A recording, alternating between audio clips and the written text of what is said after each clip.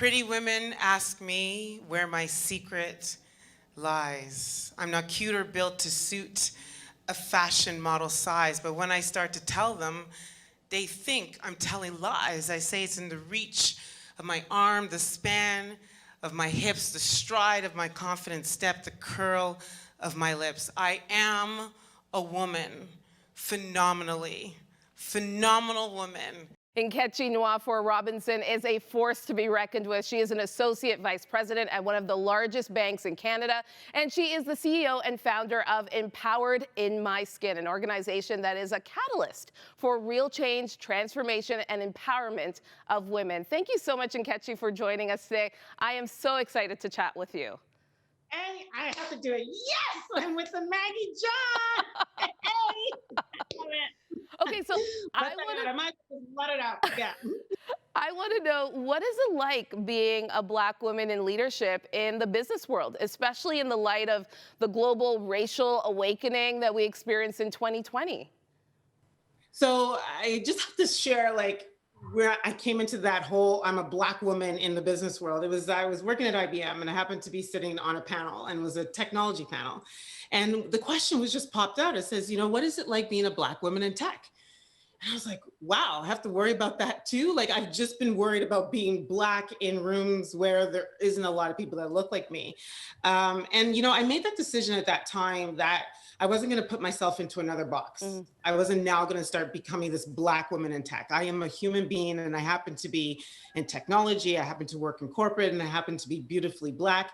And I embraced that. But I recognized that that wasn't necessarily what everyone coming up, around me or behind me felt. And so I made the decision at that time that rather than stand in it, like sort of stand in that box, I'm going to stand for it, and I'm going to engage and do things to help to elevate, the tables that I'm at, to help to make a place in a space for all.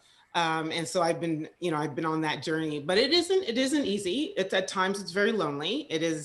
Could be extremely exhausting. And I think last year, many women that look like me were very exhausted by the amount of, the amount of activity that was taking place, and just how much we were in demand to be speaking about our story and sharing, very similar question to help people understand what it's like to be a human being and not necessarily treated fairly.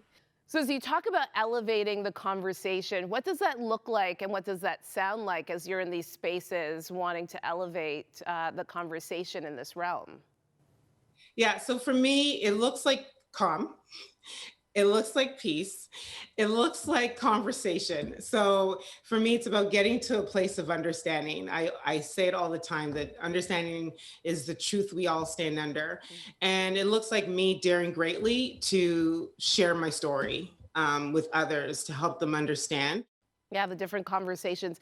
As we're celebrating International Women's Day today, and in a recent Globe and Mail article on the power gap that still exists in the business world, it was found that women occupy just 17% of board seats at companies listed on the Toronto Stock Exchange in 2019.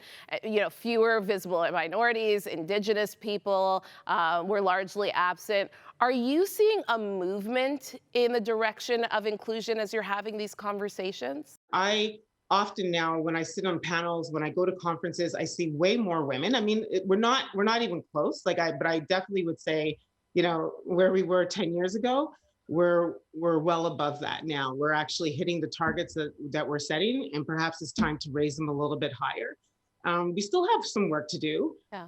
but I definitely know that there's a serious interest, and I would say on the diversity front, like even on engaging more Black women, I think there's a lot to be learned from the amount of focus and mission that we put on elevating just women in the business world, bringing more women up in corporate, that we can really learn from, and now start to make that a little bit more inclusive for everyone. How about your faith? How does your faith play a role in your leadership?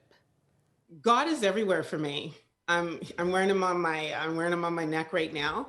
But it's I would say for me, and I don't know how else to describe it, but it's like it's agape love. is that instant love for the people that I work with, unconditional.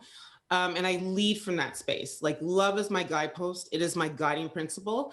And it's how I approach everything. I have a mantra that says I create amazing experiences for myself and others. So it's my emails, it's my conversations, it's my, my text messages.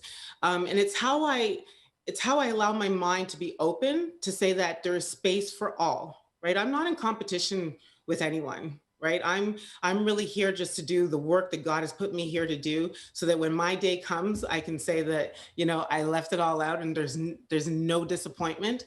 And I want that for everybody. And I think that that's where Empowered in My Skin came from, is that desire to help people think in ways that are empowering. And then the lead domino that creates: empowered people empower people. And I truly believe that to me is just living God's promise for us. Oh, so well said. Thank you so much, Nkechi Nwafor-Robinson. Thank you. It has been a pleasure to talk to you today.